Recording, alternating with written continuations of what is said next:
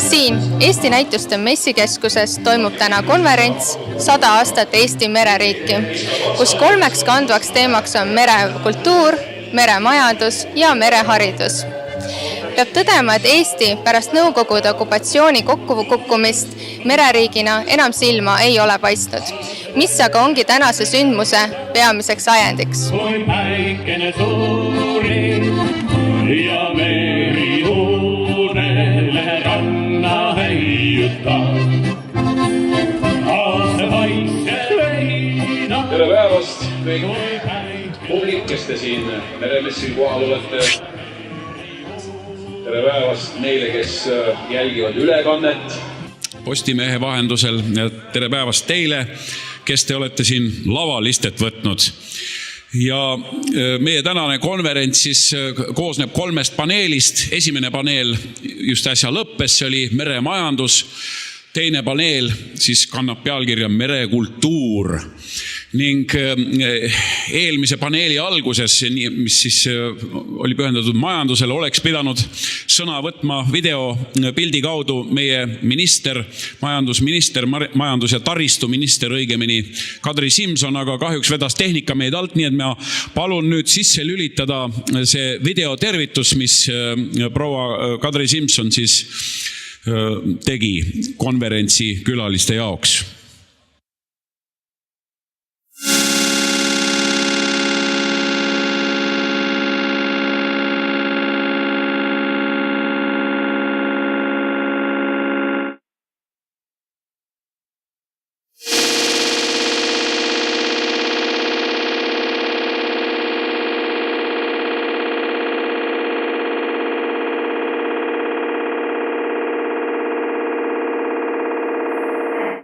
Suur osa Eesti majandusest. Mingil juhul sõna. Juba teist korda on tema sõnavõtt siis rikutud, aga äkki saame maha mängida selle kultuuripaneeli video. Ei saa ka seda. Tundub, et kogu videosüsteemi sisse on pugenud siis Kotermann. Mitte ainult Kadri Simson ei ole löögi all, vaid kogu videosüsteem. Meil on kenad videolõigud, väga armsad ja rõõmsad inimesed. Seal jagavad oma muljeid ja arvamusi ette valmistatud. Võib-olla saame täna neid teile veel tutvustada. Ei oska täpselt öelda. Igatahes me alustame nüüd paneeliga, mille pealkiri on siis merekultuur. Ma tutvustan teile neid inimesi, kes siin laval istuvad teie ees. Ma siis alustan enda poolt siin. Proua Anneli Akkermann. Tema on kihnlane, rannakultuuri eestvedaja, endine Kihnu veeteede juhatuse liige, endine Riigikogu liige. Järgmine on Mart Meri, Eesti Instituudi juhatuse liige. Jälle Tarmo Kõuts, härra Tarmo Kõuts istub seal keskel, seekord selles paneelis osaleb ta randlasena, kui ma õigesti aru saan.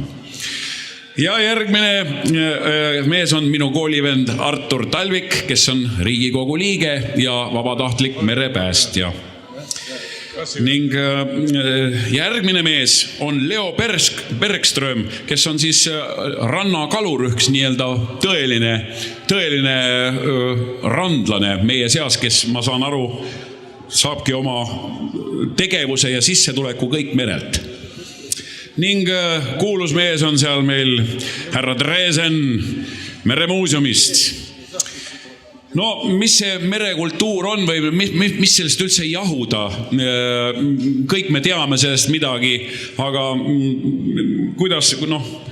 kuidas üldse seda juttu alustada merekultuurist, et milline see meie merekultuur peaks olema? Väga palju on räägitud seda ühte sama mantrat, et nõukogude ajal meie merekultuur siis nii-öelda hävitati või katkestati selle jätkusuutlik ahel ning selle tõttu me oleme nagu täna mingis imelikus seisus, sellises umbses poolenisti nagu jalad kuskile takerdunud. Kas see on nii või on see merekultuur siin Eestis tegelikult päris kenasti arenenud? Kes alustaks? Härra Kõuts. Aitäh veel kord. Ma alustaksin sellest, et teadaolevalt on eestlased Euroopa üks vanimaid paikseid. Mis tegelikult tähendab seda, et me oleme siin Läänemere rannikul olnud aastatuhandeid. Ja sellest lähtuvalt ka on täiesti loomulik arusaamine, et meie merekultuur on Euroopa üks vanimaid. kordan, üks vanimaid Euroopas.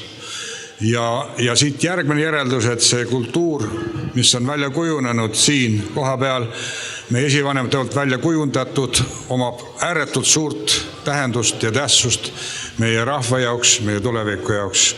Ja meie otsene ülesanne on seda kultuuri säilitada, seda rikastada ja edasi anda oma lastele. Aitäh! No,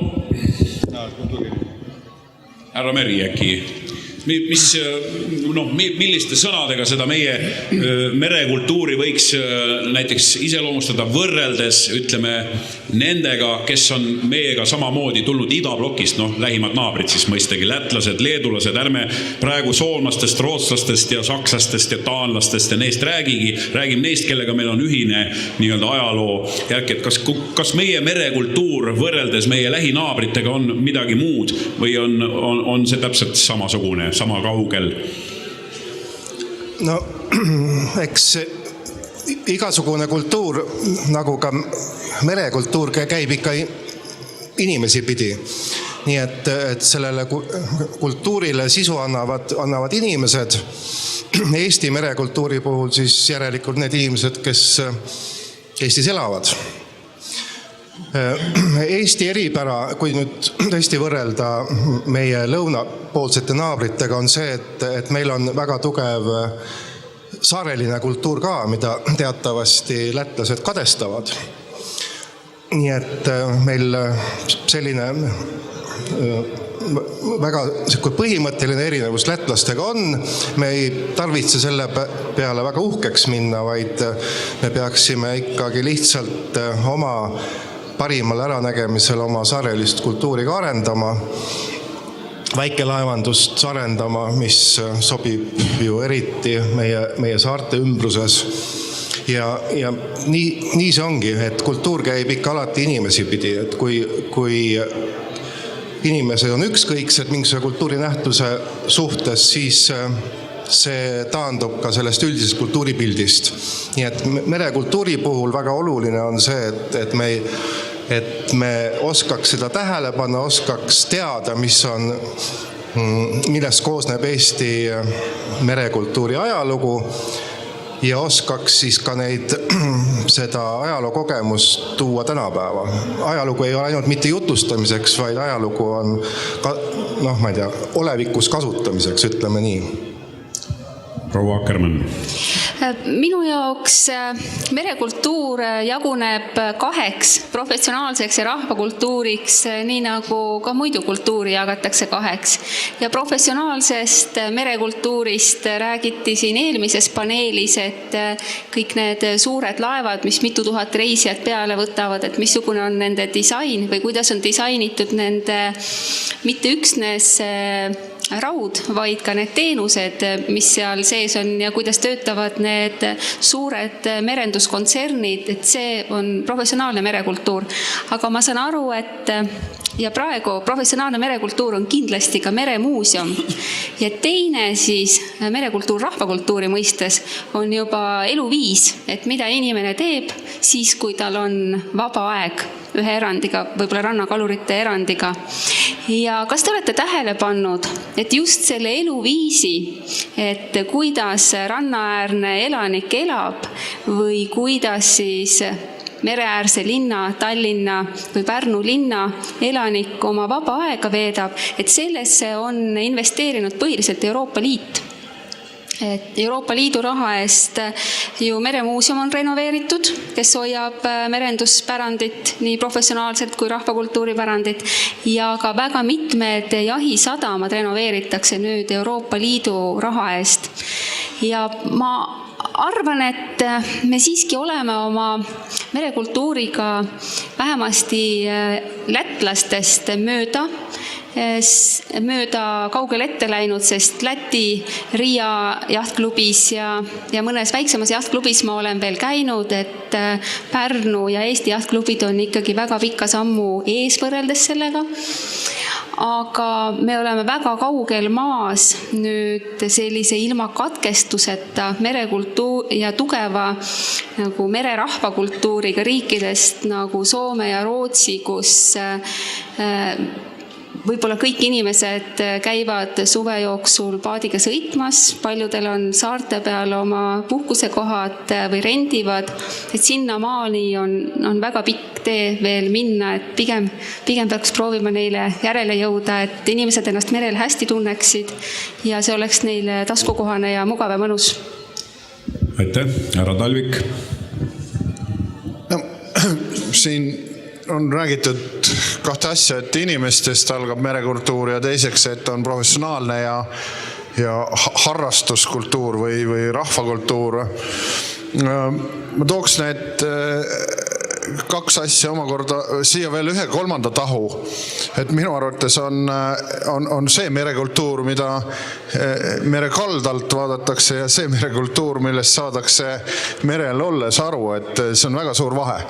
Ja kaldal võid teha omale toreda suvila ja vaadata merd, aga siis kui sa mere poolt kallast vaatad, siis see on hoopis teine arusaamine, see vabaduse tunne, see mingi eriline olek üldse ja kui jõuad veel nii kaugele, et kallast üldse näha pole, siis tajud seda mere päris olemust ja sealt see kõik pihta hakkab, aga randlane ja randlase staatus, millest admirali härra alguses rääkis ja ennastki tituleeris randlaseks ja Leo, kes mul siin vasakul käel on, ka tituleerib ennast randlaseks ja on kindlasti 100% randlane. Et see kultuur, kui ta hakkab inimeses, siis see randlase staatus, mis asi see on, eks ole, tänases maailmas, kas suvila omalik rannas on randlane või ei ole, kas randlane on see, kes oskab paadiga sõita, kas randlane või peab ta üldse navigeerimist oskama juba ja need on nagu küsimused, kui me merekultuurist rääkima hakkame, ehk see, kes loob, hoiab seda merekultuuri minu seisukohalt on ikkagi randlane, aga väga keeruline on tänapäeval ka randlast defineerida ja sellega võiksime me tegeleda endale selgeks saamiseks, et kes see siis tegelikult selle merekultuuri kandja on. Kas randlane on keegi, kes omab maatükki merevahetus läheduses või ei ole ta seda siis veel? Tänapäeval on asjad juba läinud mitmetahulisemaks. Võiks öelda, et randlane on tegelikult inimene, kes on südamega mere küljes kinni. Ja näiteks rannakalurid on oma oskustest ja kõigest väga mitmekesised, aga nendel on üks põhiomadus, nendel on üks haigus. Üks pisik ja seda välja ravi ja tänu sellele, et randlased on selline, ütleme, jonnakas ja väga kanged. Kas selle pisiku nime võib ka öelda? Selle nimi on merehaigus. Aga mitte võrgul käimise haigus? See on teine haigus. Seda ei saa haigusest nimetada. Mitu haigust randlasel kokku on? Väljendeid on mitmeid. Teine asi, mis randlastel on, ei ole mitte kalal käimine, vaid on merel käimine.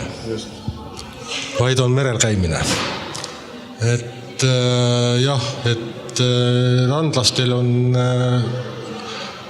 väga, ütleme niimoodi rannakaluritel just nimelt, on väga tugev sammas rannakultuuris, sest ilma nendeta ei seisaks see püsti. Urmas, härra Dresen, mis siis professionaalse merekultuuri esindajal on sekka öelda? Tere, ei, ma ei tahaks kohe niimoodi seda öelda. See lisab sellele niisuguse pisikse teise nurga juurde. Aga ma hakkaks natuke sõnaväänamises pihta. Et tegelikult tahaks algus natukene õiendada ära Kotermanni renomee. Et siin väga paljudes vaat sealt ongi jällegi üks asi, mille pärast meil mõnikord lähevad natukene mõisted sassi, kuigi Kotermanniga kõik teavad, elab laevas ja tuleb laeva koos laeva ehitamisega, mõnikord koos emapuuga, on ta siis seal kusagil täävi all või on ta siis masti all, aga põhimõte on selles, mida me praegu räägime, siin räägivad automehed, mul on masinamootoris Kotermann, no kurat, ei, see on ju halb. Kotermann on ju tegelikult loodud selleks, et laeva kaitsta, Kotermann on laeva kaitsja, aga me oleme siin natuke kergelt segamini pööranud need asjad, sest on ju neid Eesti rahvajuttudes on küll, et kui keegi meremees kuulis väidetavalt, rahvajutte tuleb uskuda, et kui kaks Kotermanni omavahel rääkisid, et hirmus raske öö oli, ma pidin kogu aeg masti kinni hoidma, kui ma poleks hoidnud seda masti kinni, see mast oleks läinud, me poleks sadamasse jõudnud. Nii et tegelikult tegemist on siiski väga niisuguse positiivse, täielikult laeva hoidva tegelisega. Muidugi ta oli ka vimkaga, sest kui talle miski, vaat siit tuleb see, kui talle miski ei meeldinud laevas, laeva meestes, laeva kaptenis, vaata siis ta võis kiuslikuks minna. Ma ei tea, kuidas meil siin selle tehnikaga nüüd on, et see asi. Aga noh, et olgu see Kotermann siis nüüd niimoodi ära õiendatud. Kotermann ikkagi on ainult laevanduse mõiste. Automehed ühesõnaga, palun ärge tarvitage meie leksikat. Aga võivad ka öelda veel, Kotermann on tegelikult saksa päritolu rohkem. Me võime Eesti rahva osundis kasutaks hoopis niukest mõistet nagu Putermann. Ma ei tea, aga kes loeb rahvajutte, on Putermann ka olemas. Nii et see on täpselt samasugune persoon nagu Kotermann, natuke suupärasem. Ja kus tema pärit oli? Kasaksamaalt? Ta on selle Eesti vend. Eesti vend on, kasutame ikka Kotermann, sest see Putermann kõlab samamoodi nagu mingi pudrumees. Ja me ei taha ju keegi pudrumehed olla, eks ole. Kotermann on nii võõras sõna ja uhke saksa sõna, et jääme selle Kotermanni juurde. Olgu, aga see, et ta on siiski positiivne tegelane. Aga nüüd Eesti, Läti, Leedu, mis siin vahepeal oli, et nendest on need merekultuuride erinevused või rannakultuuride erinevused. Meri on ikka sama, ega siin ei ole ju midagi muud. Aga võib-olla on see, et meil saari rohkem on, ei tee meist suuremaks mererahvaks, sugugi mitte võrdes lätlaste ja leedulastega, lihtsalt meil oleme niimoodi. Aga midagi on seal natuke teisiti, kõigepealt leedukatel on seda rannajoont ju väga, väga vähe. Siiski on Klaipeda ja nende üks vana sadam on Šventoi, millest ei ole väga palju järgi jäänud. Aga räägiks, et mis on võib-olla, millega koha pealt me võime siin tõepoolest rinnakummi ajada, on see, et lätlastel, vaesekestel ei ole päris suurt ja korralikku meremuuseumi, nii et see on küll. Siin on natuke see väike lehvitamine ka meremuuseumi poolt, aga tõepoolest, ja ma ootan kogu aeg, et millal ükskord Riia linna sünniks üks korralik meremuuseum, sest Läti laevandus, purjelaevandus 20-ndatel, enne 20. sajandi vahetusel oli tunduvalt võimsam kui Eesti oma. Nii et neil võiks see ikkagi ju tekkida, seda pärimust ja lugu on seal küll ja veel, aga ei ole tekkinud. Leedukatel jällegi on päris korralik muuseum, nii et Klaipedas, et seda soovitan kõigil vaadata. Aga jah, ega ei ole suurt erinevust meie vahel küll, et see samamoodi vanasti saarlased käisid ju Saaremaalt käidi ju seal Läti rannas Rooja lähedal käisi ka laevu ehitamas, nii et seda läbikäimist on küll ja veel olnud. Proua Akkermann, mina olen ka Pärnus sündinud üles kasvanud, et ma lihtsalt tahaksin esitada sellise küsimuse, et kas näiteks väike Kihnu saar sügaval nõukogude ajal, kui mina olin laps, tundus sellise suletud sellise, kuidas öelda, kommuunina, millest me aeg-ajalt saime linna peal näiteid. Kui te tulite oma loomi tapamajja viima, naised tulid ostma sitsiriiet ja siis, kui nad olid oma asjad ära ajanud, siis mindi kohvikusse võit. Ja siis seda kirevat seltskonda, kes väga tihedalt üksteisega kokku hoidis, et mitte linnas ära kaduda, seda saime me siis Koidula pargi siis bussipeatusest kõik linlastena jälgida. Ja mina küsisin väikse poisina oma ema käest, kes need on? Kas mingisugused koomikud?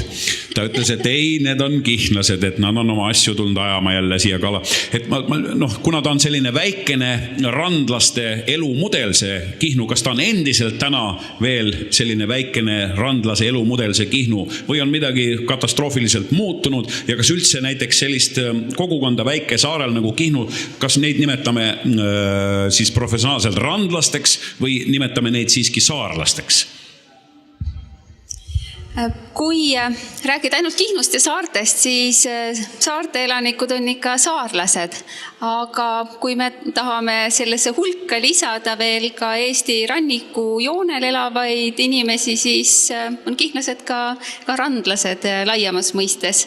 Aga jah, kui sa mäletad, kas kuidas kihnlased Pärnus käisid, siis olen minagi käinud vist teismelisena veel selle kajakuga tulnud kesklinna silla alla ja Oheliku otsas käinud lambaid lihakombinati viimas. No, tõesti, ma mäletan, ma olin teismeline, sõitsin rattaga üle vana silla ning nägin, kuidas üks Kihnu mees, ta oli juba tulnud selle mullikaga siis üle silla, see oli nööri, pidi tal järgi ja nüüd, et sinna lihakombinaati jõuda, tõesti see mullikas tahtis jõkke minna, ma ei tea, kas ujuma või jooma, tal oli paha olla, ta vedas seda väikest Kihnu mehikest endaga nagu lohistas mööda maad järgi ja ma vaatasin umbes tund aega seda komöödiat.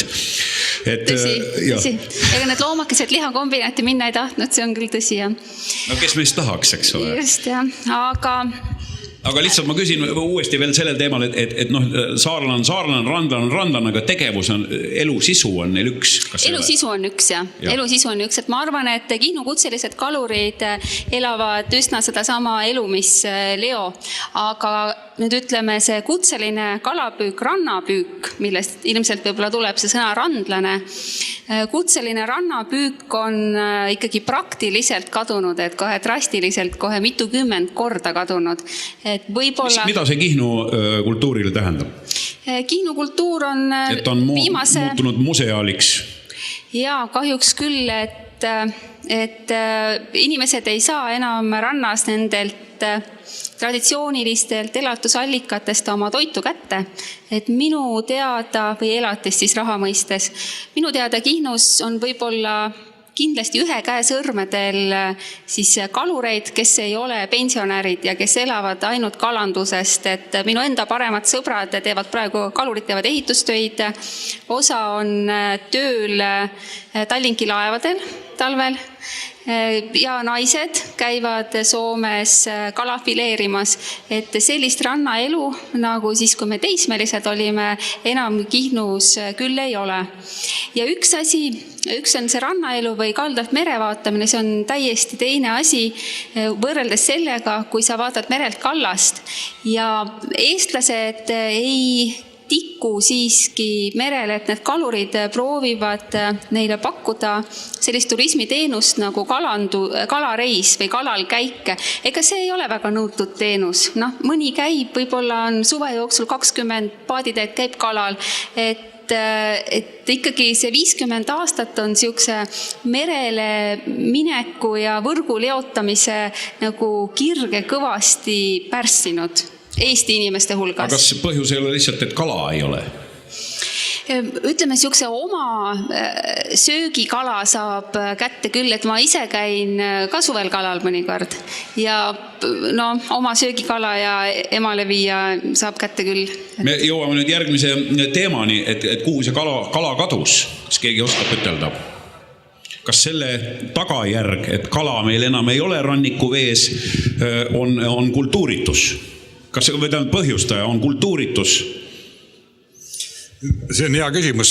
Ma tuleksin selle algjutu juurde kergelt tagasi, et kui me räägime rannakultuurist, siis rannakultuuri edasekandja on randlane. Ja randlase jaoks rannakultuur iseenesest kätkeb ka loomulikku suhet merega. Loomulik suhe merega tähendab seda, et tal peab olema tagatud õigus oma perele, oma lauale kala püüdest, muidu ta ei ole randlane.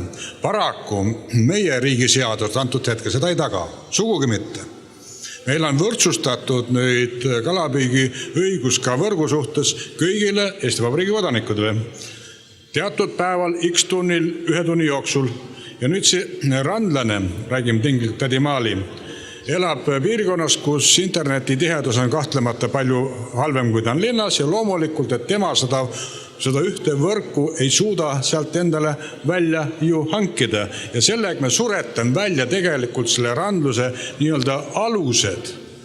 Ja meil ongi tekkinud rannikul terve rida näidised, kus kümnete võrkude omanikuks saavad inimesed, kes on suutelised kas välja ostma need võrgud, mis maksavad tuhandeid.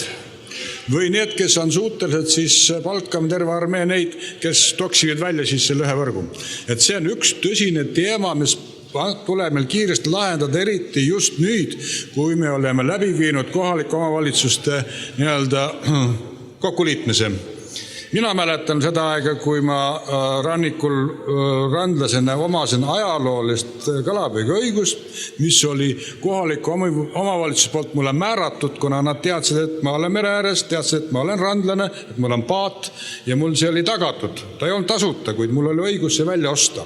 Seda hetkel ei ole. See on väga tõsine küsimus. Tuletan meelde, et näiteks Taani kuningriigis, kus kõik inimesed on palju rohkem õnnelikud kui Eestis, maksab riik peale randlasele, et inimesi mere ääres hoida. Ma loodan, et me selleni nii ei pea jõudma. Tõepoolest, kui me vaatame jällegi seda tädi Maali perekonna seisukohalt, siis vaevalt, et tema lapsed või lapselapsed tahaksid tulla sinna randa elama, kui nad näevad, et tegelikult randlase elu karmides hajaasustustingimustes, kus lähim pood on 5 kilomeetrit, postijaam on 10 kilomeetrit, polikliinik on 25 kilomeetrit, politsei on 50 kilomeetrit tinglikult.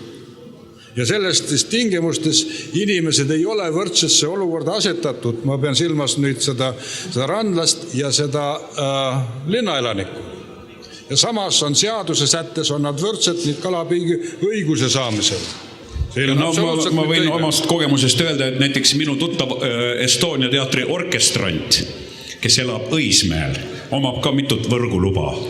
Ja tal ei ole isegi merelähedast grunti, ühesõnaga, et teda üldse võiks arvata randlaste hulka. Ometi ta käib samamoodi võrku laskmas, et kas see tuleks siis kuidagi viisi piirata tema õigust ja anda see kellelegi teisele, kes ei suuda nii kiiresti tegutseda internetis või kellel ei ole raha selle võrgu jaoks, või kuidas seda peaks siis reguleerima, et see oleks õiglane see süsteem? Ma kohe ütlen. Ma ise olin sunnitud kõigi oma merediplomite kõrvalt käima veel rannakaluri kursustel ja saama siis rannakaluri diplomi, mille väljaõppe kestel loomulikult anti põhialused ka nii kaladest, kalapüügist, normatiividest ja kõigist muudest. Nüüd loomulikult need inimesed, kes omavad seda haridust ja iga randlane, kes on rannas üles kasvanud, teab, kuidas seda kala käidelda. Teab, millist kala püüda, et väiksemat ja keelatud kala ei võeta. On võrreldamatult ettevalmistatud paremini võrgupüügis kui need, kes on dirigendid. Sellepärast minu seisukoht on niisugune, see on minu isiklik arvamus muide, on taoline, et harrastuspüügi jaoks ei ole võrk sobilik. Selle jaoks on sobilik spinning. Kõik need, mis on ridva otsas ja nii on ta tegelikult kombeks teistes Läänemere äärsete riikides. Aga meil millepärast on kõik sassis. Artur. No üks aspekt võib-olla, mida rõhutada, et ka nüüd nii kaua, kui see harrastuskalamees neid nakkevõrke saab, nakkevõrge lubasid saab, võiks teha seda ikkagi nii-öelda kogukonna keskselt, et täna on see kuskil Keskkonnaametis jagatakse kuskil keskuses või siis interneti teel, kas sa lähed sinna kohale või siis taotled interneti teel, aga see õigus müüa seda võrguluba kas või nii-öelda kohalikus poes, et see annaks nagu ka sellele poele väikse lisasissetuleku. Teiseks see kala ja miks mitte ka landiõigust. Ja see kalamees, kes sellesse piirkonda tuleb kala püüdma, ta suhtleb selle piirkonna inimestega. See on nagu ülioluline. Muidu see kalamees vaatab ainult seda merd kui nii-öelda kala saamise kohta, eks ole, või teenimise kohta või ühtspuha, kuidas me seda võtame või oma nii-öelda hasardi kohta. Ja ta ei suhtle selle seltskonnaga, kes need seal kohalikud randlased tegelikult on üleüldse. See võiks olla üks asi, aga kutselistest rannakaluritest minu arust tänapäeval, kuigi Leo on siin vastupidine näide, aga Leo ka töötas vahepeal riigiametis, ikkagi 100% kutseline rannakalur enam ära ei elata, seda kala lihtsalt ei ole nii palju meres ja et see on ikkagi selline kombineeritud, üldse maal elamiseks on võimalikult palju kombineeritud variante vaja, et mitte ainult rõhku panna kala püüdmisele, kuna seda kala ei ole, mis põhjus sellel on, võib-olla on mingisugusel perioodil väga ahnelt seda kala püütud. Teine põhjus kindlasti on nagu keskkonna mõjud üleüldse, mis suurele merele mõjuvad, ehk et sellele kalale ei ole piisavalt toitu seal, mingid mereosad on lausa välja surnud juba ja teame, et Balti meri või Läänemeri, nagu meie ütleme, on kehvas seisus, et see kultuur seal mingilgi moel säiliks, see nii-öelda keskkonna aspekt on keskkonna seisundi eest võitlemine, ütleme siis niimoodi, on ülioluline täna. Anneli või Leo? Sooviks veel juurde lisada natukene kalurimuresi ka, rannakalurite. Kuidas nüüd alustada? Ütleks, et jah, ega rannakalurid jääb aina vähemaks ja vanemaks, kõik on õige. Aga ütleme, Eestis on ikkagi kokku üle 1500, alla 2000 rannakaluri. Nii et see on ikka arvestatav jõud, kes ikka suudab seda kultuuri edasi säilitada. Aga need karisi on kaluritel kohutavalt palju. Kõige lämmatamad asjad, mis üldse on eurodirektiivid. Kahjuks need on niivõrd jõhkrad ja karmid, et võtavad sellise majandamise mõtte kalurilt ära. Ja enamik kalurid, ütleme julgelt, nii 90% kalurid käivadki tegelikult kalale oma tarbeks. Nad käivad, et säilitavad oma elustiili, mujal on väikene töökohake, ja see on selline väikene lisatuluallikas. Aga neid kalureid, kes täielikult kalapüükiga ära elavad, võiks võib-olla isegi tegelikult Eestimaa peal näppudega üles lugeda. Et ka karm värk. Aitäh. Palun võtame nüüd selle... Ma väga vabandan, ma jäin enne vastuse võlgu. Räägime numbritest, et miks ja kui palju meil kala on ja miks ei ole.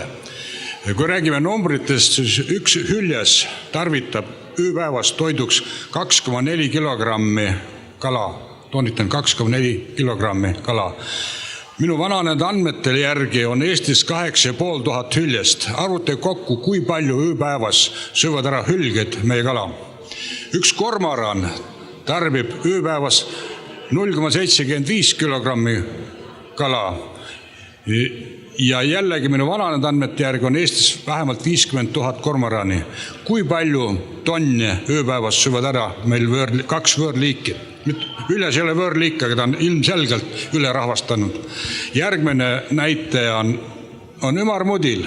Me teame, et ümarmudil tuli meile pilsivetega Mustalt merelt. Võõras liik. Ta sõi paljaks meie Rannikamere, jättis ilma toiduta nii lestalised kui teised kalad. Ja selle jaoks, et ümarmudilega üldse võidelda, oleks riigil vaja võtta teatud meetmeid. No näiteks ma pakun välja, et peaks andma randlasele või kalurile teatud suunitluse ehk teisena ostma kokku see ümarmudile säärase hinnaga, et teda oleks kasulik nagu välja püüda. Vastasel korral meil varsti ei olegi enam kalasid, sest nad söövad kõik paljaks, ka kivid söövad paljaks.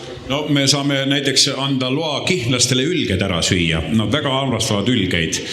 Viimati ma rääkisin Kihnu Virvega, ta ütles, et kui saaks praegu ühe ülge kätte küll, keedaks ära ja sööks ära.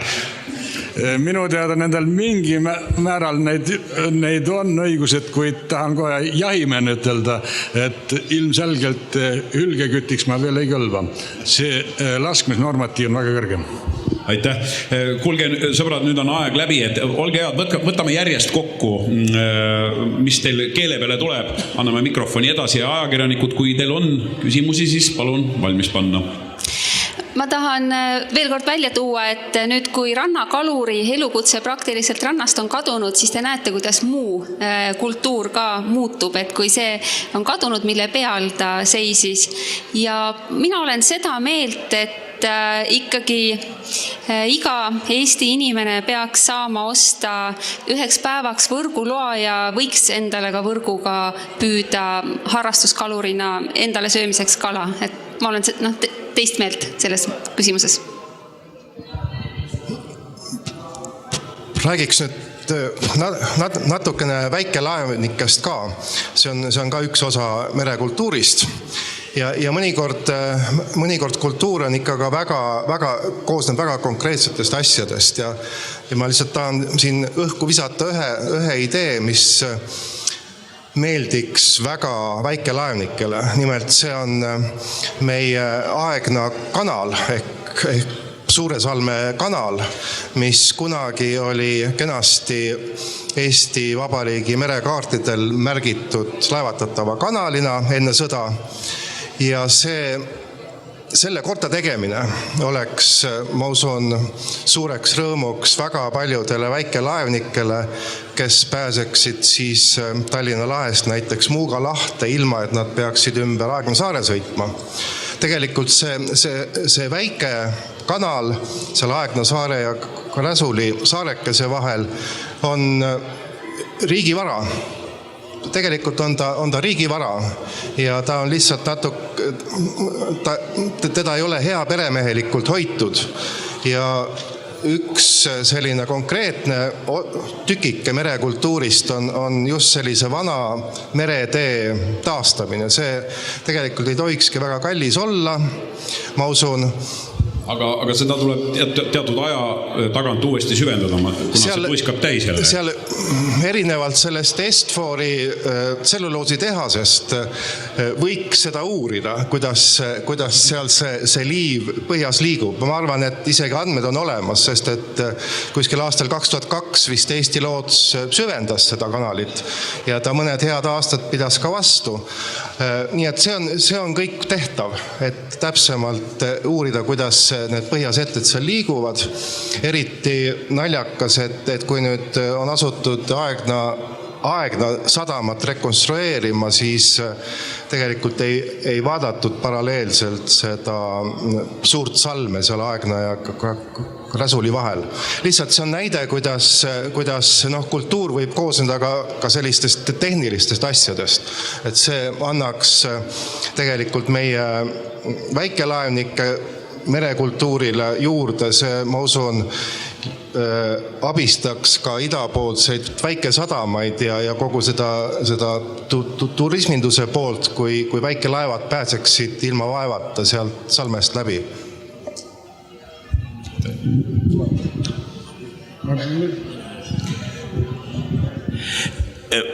Võtan jälle jutu otsast kinni ja Aegna saarest. Et väikse poisina ma veetsin mitu suve Aegna saarel, nii et võib öelda, et suviti ma olen Aegna saarel üles kasvanud.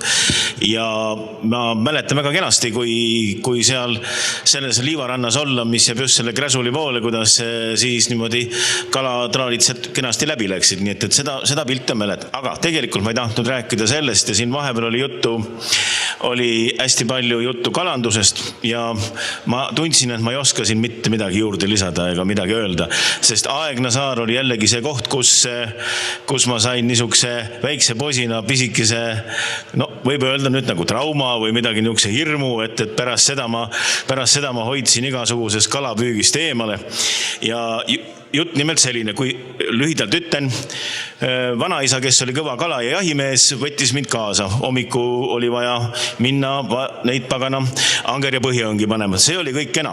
Sellega saime hakkama. Aga trauma tabas siis, kui me pidime seal talukaevu juures seda pagana angerjat pesema hakkama. Ja siis ma mäletan seda suurt hirmu, kui ma hoidsin seda suurt angerjat käes, see osutus vastupanu. Mõtlesin, kui ma nüüd lasen selle angerja kurat kaevu, nüüd ma saan hirmsa kereda ja vanaisa käest ja veel hullem, kui ta paneb kusagile plagama ja nii edasi. Ja pärast seda ma mõtlesin, et ei, kalapüük ei ole päriselt minu jaoks, nii et võib öelda, et kuskil 6,5 aastaselt toimus see ränk otsustus ära. Aga nüüd tõmmaks jutuga selle merekultuuri osas, et ma püüan alati olla optimistlikuma laine peal, et kui ma nüüd meenutan seda aega, kui ma Meremuuseumis alustasin ja vaadates ringi, mis merekultuuri vallas Eestis toimus ja oli, et minu arust on ikkagi väga palju paremaks läinud ja muutunud ja et siin ei ole nagu põhjus palju häbeneda, et jah, me ei saa ümber sellest, mis meil oli 50 aastat ja see kindla peale oli, aga väga paljud nii väiksed eralaevnikud ja need, kes on purjelaevu taastanud ja on ta siis kogukonna baasil või mis iganes, et on selle nimel ikkagi väga palju toimetanud, et asi läheks paremaks. Nii et ma ei vaata siin seda asja nii väga sünge pilguga, et ega see halamine ei anna ka ju suurt mitte midagi, et meil on see madal lagi on meie toal ja must minevik selja taga, et sellega ei jõua ka mitte kuskile, nii et pigem läheb paremaks ikkagi, aga ma annan nüüd sõnajärje edasi. Aitäh! Kas on äkki küsimusi kellelgi? Aga lõpusõnad on need? Ja lõpusõna ja palun Artur muidugi. Üks asi, millest rääkida on võib-olla väikesadamad, et väikesadamaid on tulnud päris hästi juurde, aga nii mõnigi nendest sadamatest, näiteks mis on kalasadamaks tehtud, ei saa reeglite järgi kasutada nii-öelda turismisadamana ja nii mõnigi suure maksumaksja raha eest tehtud sadam on väga kinniste väravatega ehk selline eraomand, kuhu on raske ligipääs. Need asjad teevad kurvaks ja need vajaksid muutmist. Teist küljest sadamate hulk, ütleme siit Tallinnast lääne poole on päris hea, aga kui sa hakkad ida poole minema, siis see olukord on ikkagi veel kurb, et see Kuusalu vald, kus mina ise elan, Kuusalu valla territooriumil oli Eesti ajal umbes 12 toimivat sadamat, mida võis sadamaks nimetada. Täna on 1, 2, 3, 4.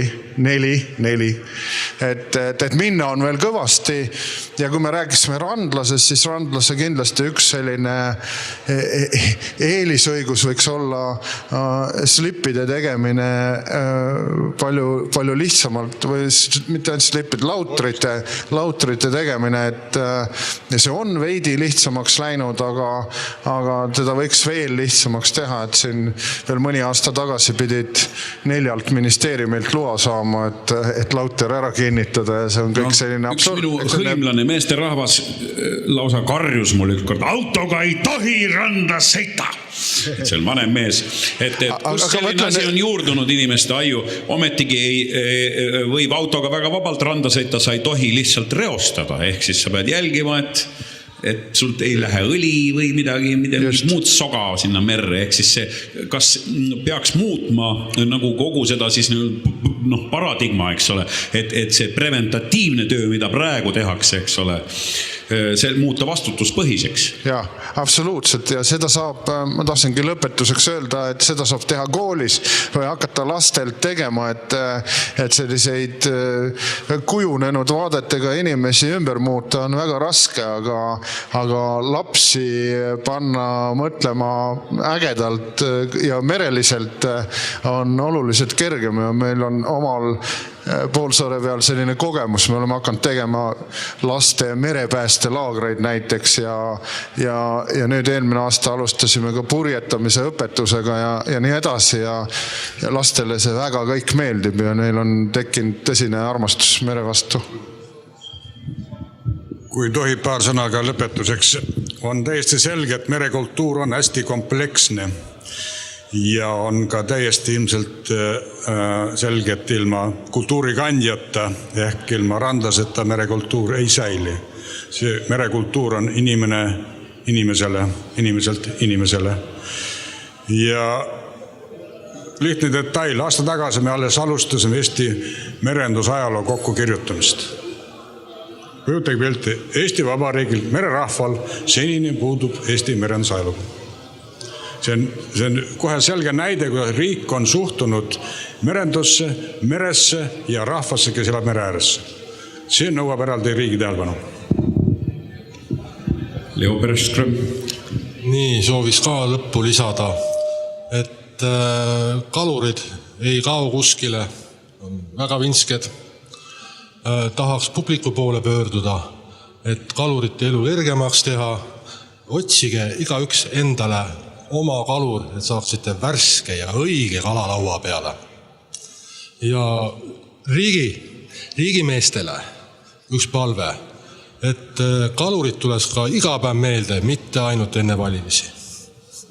Aitäh! Sellega on meie merekultuuripaneel lõppenud, jäänud on veel üks paneel meil täna siin, see on mereharidus.